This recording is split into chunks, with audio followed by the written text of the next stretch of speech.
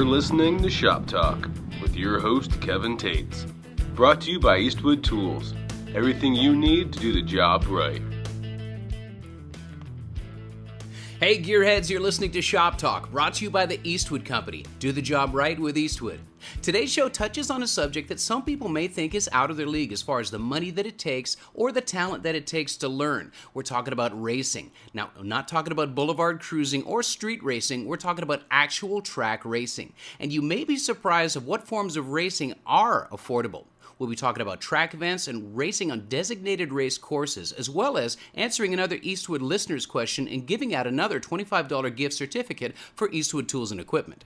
Now, there are entire segments of the automotive hobby dedicated to this sport, more specifically on an entry level. Grassroots Motorsports is a very popular magazine dedicated to just that, entry level and low-cost racing and racing events.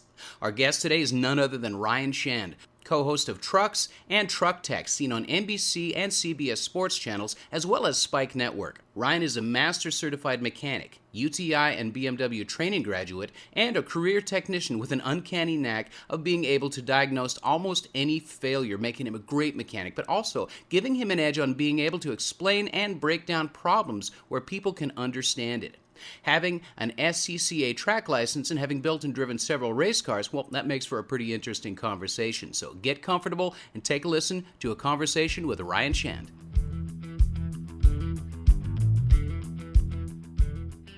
You're listening to Shop Talk. I'm Kevin Tetz, and we've got a special guest today that has seen his share of track time as well as his share diving into engine compartments and underneath cars, all kinds of stuff. He's a career technician as well as an interesting cat in the sense that he jumped ship from being a career technician to a TV host. We're talking about Ryan Shand.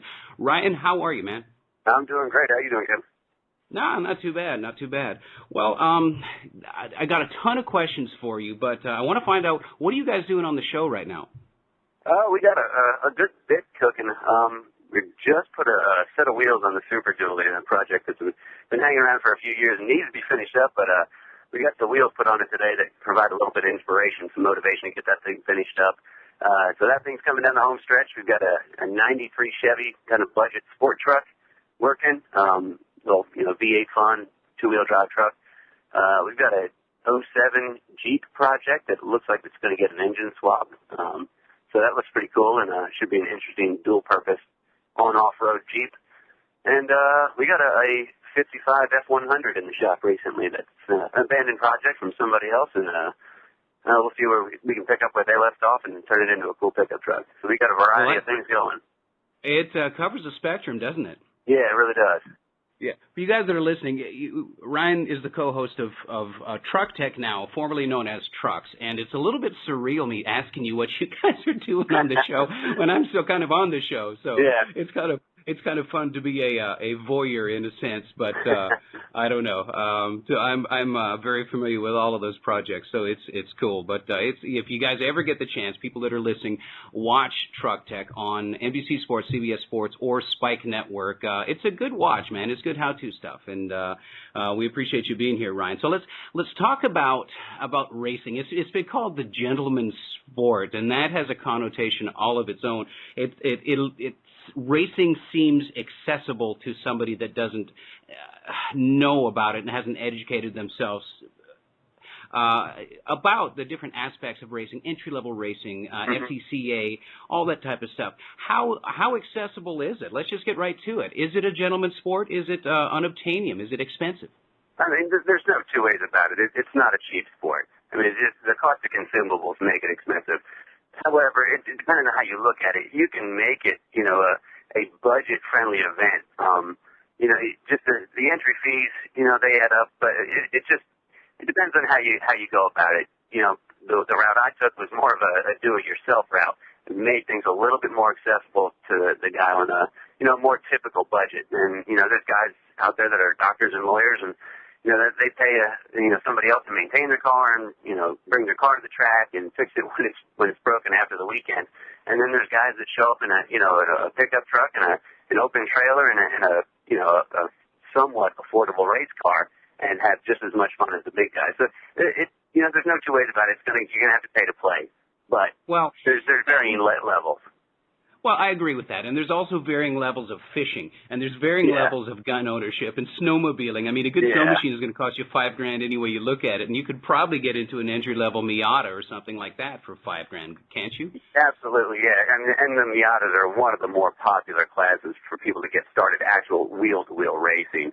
Of course, that comes after more than a few days on the track learning to drive, and the techniques and what goes into it. But yeah, when it comes time to actually competing in racing, Miatas are a pretty affordable and reasonably priced, at that level, way to get into the sport. Right. Well, I'm not going to ask you how much money you sank into your first race car because your wife is probably going to be listening. Within earshot. I won't go there. But I do want to ask you being a do-it-yourselfer, a guy that's handy with the welder and understands suspension dynamics and fabrication, how much time did it take you to prep an entry-level car? What kind of time did you have invested in it? Gosh, I didn't keep track of the exact hours, but it was mostly, it was a pretty basic car. My first car was a 5-liter Mustang. It was essentially stock with some power under the hood. But when it came time to actually prepping a car for the track, went with a little 3 Series BMW, and it didn't take a whole lot of modification to the suspension. So I did have some hours in it, but it was mostly evenings, during the work week. The most labor-intensive part was the roll cage, the installation of that. But if you had to put a time frame on it, you could probably, a couple strong weekends worth of work, and you can, install the necessary safety gear to get on track. Because that's essentially, what it takes to get on track is the safety gear. Everything else is kind of subjective, whether you want suspension, more power in the hood, brakes, but the safety gear is what's essential. Yeah, well, and that makes common sense as well, and that should be expensive. I mean, we're putting our lives in that hands. Yeah, it depends on how much you value your life, right? Yeah, exactly. Well, pertaining to the roll cage, we've got a listener's question that emailed us a question in that's related to that. So we'll get to that in a second. By the way, you guys that are listening, if you email me a question and we read it out loud on Shop Talk, you get a $25 gift certificate for anything that's in the Eastwood catalog. So keep that in mind when you're listening to these podcasts, and just send a random question in. Doesn't matter. I mean, don't ask about naughty things, but other than that, it's wide open. But so it's truly a DIY sport, yes? Yeah, I would say yes, it is. If you don't mind getting your hands dirty and giving it a shot, yeah, it's something you can do. Well, anybody that relates to car restoration or some kind of fabrication or modification of any vehicle, we're going to get our hands dirty. Heck, if you change your oil, you're going to get your hands dirty. Yeah. So that's, having said that, so we've established that it's accessible, it's affordable to a point, if you have a separate checking account, and what is somebody going to expect on their first day? Now, the misnomer is that you blister in through the gate and you pass the start-finish line and you just pedal to metal and your balls to the walls racing instantly. That's not really how it is it? Explain the process of beginners to intermediate. Yeah, that certainly wasn't the case with what I did. There is racing schools that are more concentrated where you show up for a week and, with a goal of getting a competition license. It depends on which way you go. There are concentrated week-long courses to get your competition license. It's really intensive. You're in and you're out in a week, and hopefully you've learned enough and absorbed enough in that time period to move on to actually do wheel-to-wheel racing. I approached it more of a slower process. More of a grassroots with the National Auto Sport Association, NASA. And basically, they have a tiered system where you start out as a beginner in Group 1, then the intermediate, Group 2, then the advanced in Group 3. And, they want you to take your time moving up through the classes. They don't want to rush anybody into wheel-to-wheel racing. It's you're going wide open on the racetrack. It's something you need to take seriously, and it's something they take seriously. So basically, you start out in Group 1, and they don't throw you to the wolves. The first thing is a classroom session. Everybody gets on the same page. What's to be expected? What's expected on the track. You need to know your flags. You're going to be riding with an instructor, or the instructor's going to be riding with you. So they really do ease you into the the intimidating, or what can be intimidating, road course racing. I mean, most people, never been on a racetrack, myself included. In my first day, I was very comfortable. You show up, they ease you into it, they get you out on track, they start teaching you the fundamentals, and, nobody's going to set any lap records in Group 1. It's just the way it is. No matter how good a driver you think you are on the street, driving on a racetrack is just a different animal. There's something they ease you into, and it's something that, you progress as you feel comfortable, as your instructors feel comfortable. Well, we did a show, those of you guys that haven't watched the truck show, we built this Ranger on the show and turned it into essentially a very well-balanced race vehicle. And getting seat time in that thing, it was, 650 horsepower-ish at the engine. Great big tires, 12.5-inch wheels, 305 35s on the big, tuned suspension, great weight bias front to rear, full roll cage. It was a race car dressed up as a truck. And to have seat time in that vehicle, I got to tell you, and you probably saw it by the clenched teeth and the look on my face, it was a little bit intense to get behind the wheel of that vehicle on a racetrack. So I know what you're saying about it, it being somewhat intimidating to get on the track, but it's nice to know that somebody can go in there and you're kind of, I don't want to say being held by the hand, but you're being guided into it in a sense to where the layers of let's just face it, the layers of fear get burned off. Would you say that's exactly. accurate? Yeah, absolutely. And when you sit on the in pit lane and waiting to go out on the track, you got butterflies in your stomach. But once you go out on the track and you've got an experienced instructor riding with you, he's telling you when to okay, now is hit your brake marker here, look for the apex here. Track out, they actually, not walk you through the process, they ride with you through the process of learning the line, and it's just learning your braking points, your apex points, track out. It's a lot to absorb, but they're there to help you through the way, and it really does, it takes the intimidation away, and once you do it once, you get out for a session, the hook is set, and all you can think about is the next time you're out on the track. Yeah. And I know that autocross is not necessarily the same thing as track racing, but the reason I bring it up is the event that you and I went to, the American Streetcar Series, Brian Finch's deal, they had the Jet Hot Coatings driving school there, and I thought, man, that's great to have that accessible to people.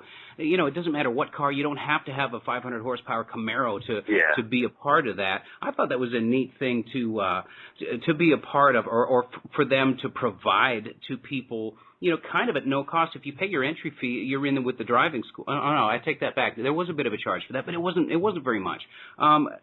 These guys that want to autocross, how different is a gymkhana or an autocross to an open track? And there's no right or wrong answer. It's just, is it a different feeling? Is there different speeds? Are you more alone on the track? Or? Autocross, it's basically everything is the same as on a racetrack as far as the tire adhesion limits under braking and acceleration and cornering, and it's just condensed into usually less than a 1 minute run. Naturally, the speeds aren't there that you're going to see on an open course or open track, but it's essentially the same fundamentals. And you get guys, if you're good at autocrossing, you're going to be good on a road course, and it doesn't necessarily go the other way. If you're good on a racetrack or a road course, it doesn't necessarily mean you're going to be a good autocrosser. Autocross is a great way to learn car control skills at a pretty affordable price and at low danger threshold. You're typically not going to have any body damage at an autocross course. Where on a road course, that is one of the factors. Well, you might kill a couple cones, but you're not going to hit a firewall and explode your whole entire vehicle. But exactly. Although we have seen some action at one of the Good Guys events where somebody totaled out their C10 pickup. Some pickup truck bumper met some concrete, I think. Yeah, but you're right about the car control thing. You can walk the course just like you do an SECA event. You get to understand what an apex is and how to shave time. And essentially, racing is racing the clock. Yes, you're racing other people, but especially in the hobby forms of racing, I guess it's fun to be fender to fender, although I've never been. But to me, it's beating your own skill set and growing within your skill set. That is the challenge. At least it is with autocross, and that's what I like about it anyway. Yeah, and it's a great, it's you and your car versus a course and the time, and There's nowhere to point blame. It's you, and you know, if you do great, it's because of what you did, and if you screw up, you know, you get the poor time, and it's a great way to learn, like I said, learn car control skills and have a great time doing it. Autocross is fun. There's no two ways about it. Yeah. Well, let's jump ship a little bit. Let's get back to building a car. In conversations with you, I know that that Beamer that you had, the 3 Series BMW, you lightened it extensively. What are a couple of the things involved in prepping a car for? Oh, I don't know what the class would be. Like a stock prepared class or something like that? What was your class? Well, the class I originally, bought the car for was a spec E30. E30 is the chassis designation for that body style BMW, the late 80s, early 90s boxy BMW. So it was a spec E30 class, and I bought the spec springs and spec shocks. And it was going to be for that class, and in the process of building it, so I kind of fell into a 95 M3 engine and transmission. That I couldn't really turn away, so I ended up putting that engine and transmission into the car, and it kind of ruined the spec thing. But I was prepping the car for what's the GTS series, it's the German touring car series, and it's basically all German marks, racing one another, and it's a wide open rule set. They pretty much have a weight to power ratio that they go by, and they divide things up by class that way. But I was prepping for the GTS class, and in that, in that series, it's wide open rules.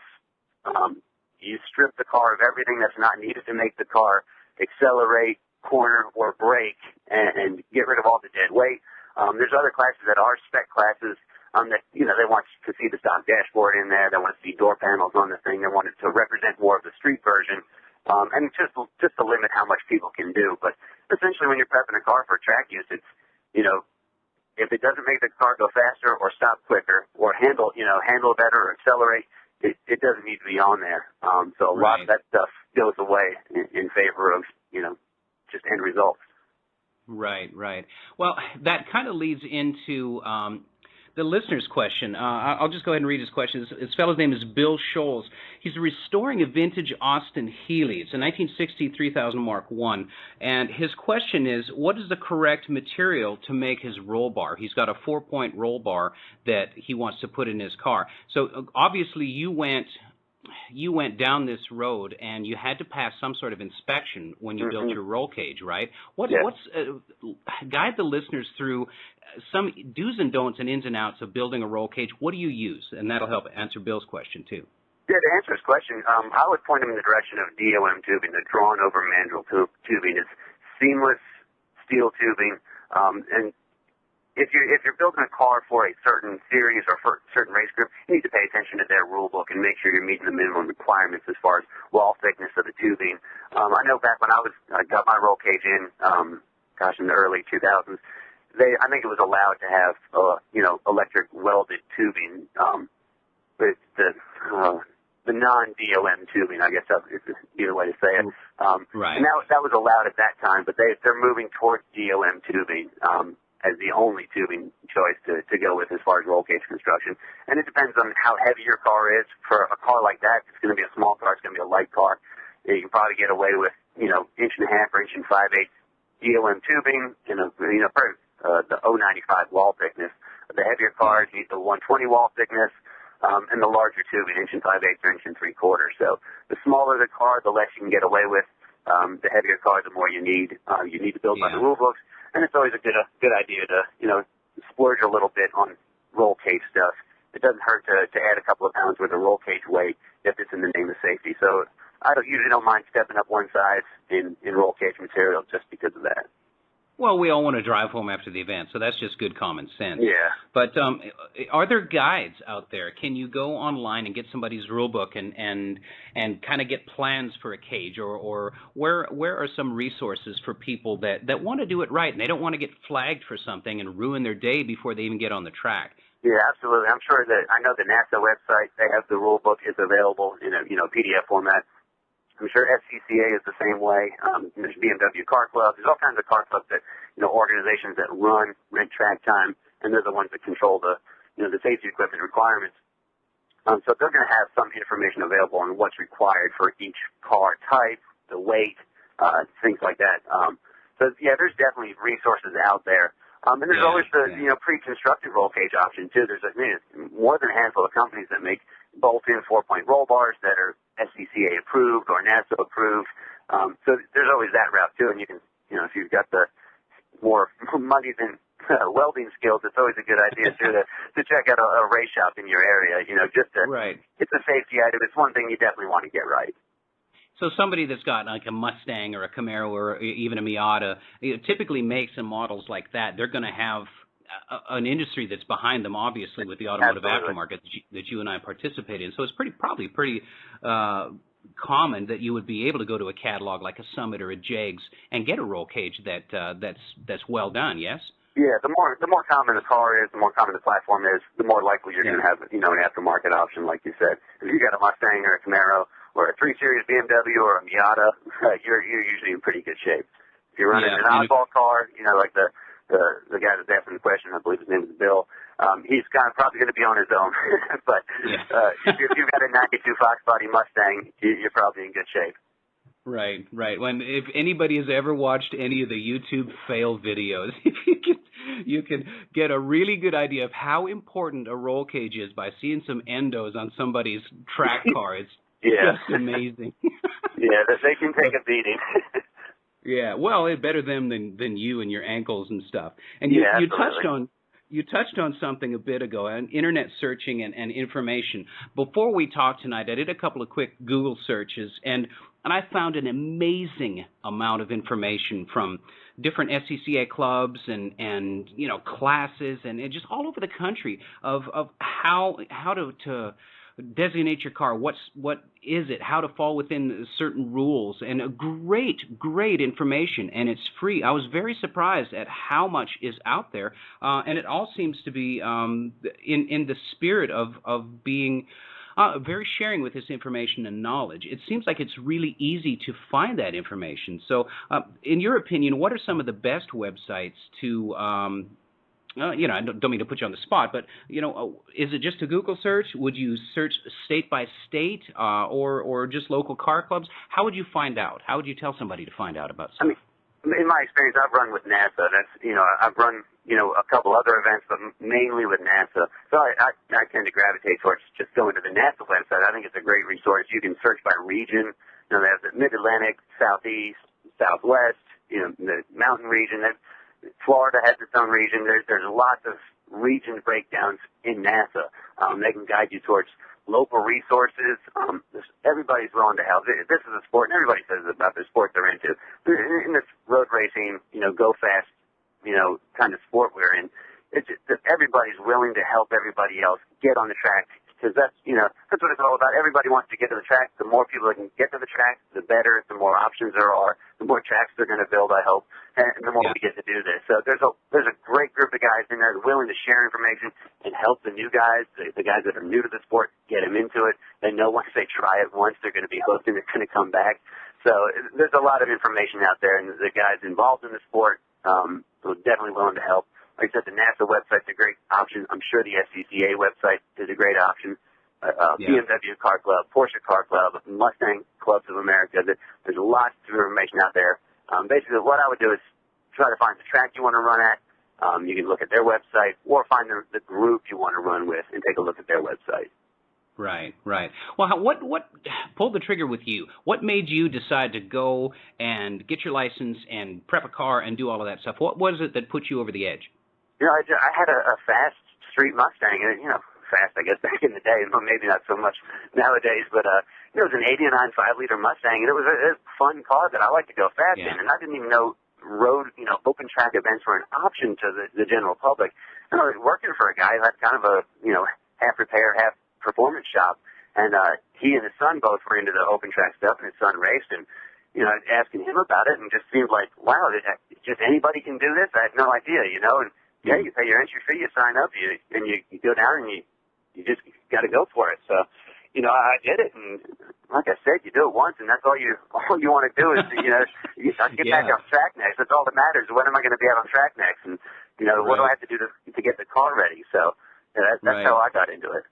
Well, cool. Well, fast forward until now. now you've got that beautiful Ranger that, we both got our blood, sweat, and tears in. And I don't know, what kind of plans have you got for that truck?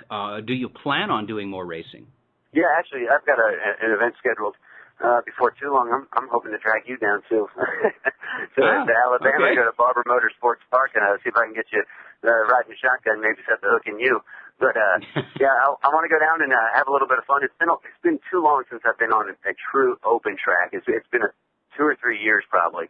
I've run some super speedway, events locally, but getting out on an open track is what I really miss, and we're going to do that shortly. And now that I got that truck, I love that truck. You did a great job on it. It's an awesome truck. It's everything it looks like it is on TV. And I plan on, just kind of fine tuning it a little bit. It's got a ton of potential. It's already off to a great start. I think if I can shave a few more pounds off of it and dial things in, it can be a really real animal on the track and compete with a lot of cars. A lot of cars. You don't expect to see a pickup truck running up into the rearview mirror. No, with the independent rear suspension and camber on the wheels, all 4 corners, all that kind of stuff. No, it's a little uncommon. And hey, shameless plug, it's got Eastwood paint on it too. Yeah, that's right. It does have great looking paint on it. When it was sitting in primer, it had that sinister look to it, but primer, I don't need to tell you. It might look good for a little while, but that's about it, and it just doesn't have what a paint job needs to have. So that dead red flat black looks killer on that thing. It gets compliments every time people look at it. It's a winner, and I'm going to keep that thing for a little while and see what I can do with it on the racetrack. Cool. Sounds good. Well, we appreciate Bill asking his question, and thank you for helping answer it with a very educated spin. That's awesome. Is there anybody out there that, I guess through the years, Ryan, has mentored you or kind of given you a nudge when you were insecure about something? Anybody you want to throw a shout out to or thank or just acknowledge with not necessarily what you're doing right now, but in the career path that you've had? When I first got started doing this stuff, the guy that owned the shop, Gary Krishbaum, he was the one that, talked me into doing this the first time. And he was, I worked for him. I didn't work for him for that long as, in between jobs with BMW stuff. But during that time, he was the one that said, man, go for it. You can do it. It's unracing. If you can work on the car and you're willing to fix it yourself and prep it and take it to the next level, you just got to jump in there and do it. And there's been a lot of people along the way, that you pass on little tidbits of information. It only comes from experience. So there's a lot of people out there that help you go from one level to the next. I've had a ton of great instructors in the NASA program that are willing to do whatever it takes to get you through the weekend and to get you comfortable in the car and take you to the next level and teach you everything they know. So it's been a good experience dealing with the people throughout the different levels.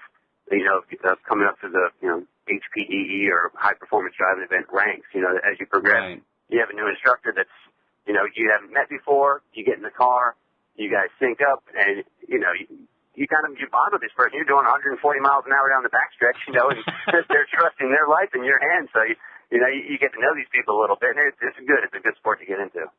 Yeah, cool. It brings up another question that I wanted to ask you, and I just forgot. But what do you say to the person that says that the entry-level track stuff, you got to wear a helmet, you got a fire extinguisher, a halon system, blah blah blah. It's not real man's racing. It's not it's not the danger level of street racing. What do you say to somebody that says, "Hell, I race on the street. I don't need to go to the track"? That's a dangerous game. I mean, it's just. Street stuff on the street, you're not doing anybody any favors, and you might be a whiz behind the wheel, but there's always something unexpected. You're in an uncontrolled environment. We're on the track. You get out on the track, they close the gates. There's not, random people on cell phones. Yes, you're doing something that's inherently dangerous. You're going fast in a car, but to me, I find it a much safer environment. Yes, there's helmets. Yes, there's fire equipment. That's all stuff I embrace. I want to be safe. Everybody wants to go home at the end of the weekend, and stuff happens. So you never know when, you're going to, something might happen on the track, mechanical failure, something else, somebody else's car experiences a problem where you get, involved in something. So you want to be as safe as possible. And, the guy that, is a little intimidated by the safety gear, doesn't want to deal with safety gear and buying a helmet and, maybe a pair of racing gloves and a fire extinguisher for the car. You just got to pony up and do it sometimes. You got to pay to play, and it's a smart thing to do in the long run. Yeah. Well, I completely agree with you as far as the environment, the controlled environment of a track, as opposed to the interstate or a back road. It's just, we've all done our share of stupid things behind the wheel of a car. Yeah. But it's nice to know that we. Yeah, and there's no shortage of dumb things I've done behind the wheel. But on a racetrack, you've got corner workers, in flag stations that are letting you know if there's a problem ahead, letting you know if there's a car approaching, at a rapid speed behind you. So it really is a controlled environment. And, having fun on the street, it's just not live. Yeah, and the tickets are expensive. Nobody wants those. That's the best possible result if you get a ticket. Yeah, exactly. Well, listen, man, I want to thank you for spending some time with us and taking the time out of your day to be on Shop Talk and expunging of your vast wisdom. And also, Ryan, I want to thank you publicly for answering all of my stupid questions over the years about, everything from suspension geometry to welding techniques. I really appreciate your help and your willingness to share your knowledge. And, that's really what it's all about. You touched on that. And I just want to say thanks out loud, man. No, I appreciate it, man. It goes both ways. You've taught me a lot over the years. And, I came into doing this stuff. My spray paint, came out of a can. All the paint I had came out of a can. It rattled. I didn't know how to do any of this stuff. And now I've actually done a little bit of body work, and that's thanks to you and the stuff you've been willing to teach me. So yeah, that's a two-way street, and I appreciate it as well. It's been really cool being on the show, man. And thanks for the opportunity. It's been fun. Well, absolutely. Hopefully, it won't be the last time. And if we bring our vehicles, or heck, if I just ride shotgun with you with Rolling Thunder out of the track, maybe we'll touch on this again, and hopefully we live to talk about it. Sure, man. Yeah, you're coming with me. Heck yeah, absolutely. It's a done deal. Cool. You're listening to Shop Talk. This is brought to you by the Eastwood Company, and we just had a great conversation with Ryan Shand. Remember, do the job right with Eastwood. Thanks for listening, and we'll talk to you guys soon.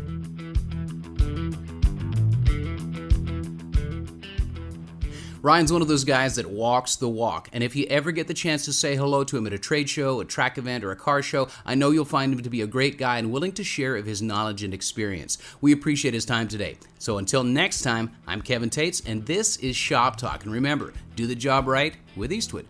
Check out everything at the Eastwood.com website. Eastwood has what it takes to do the job right. And you know me, I like to do the job right. Thanks for listening to Shop Talk. I'm Kevin Tetz.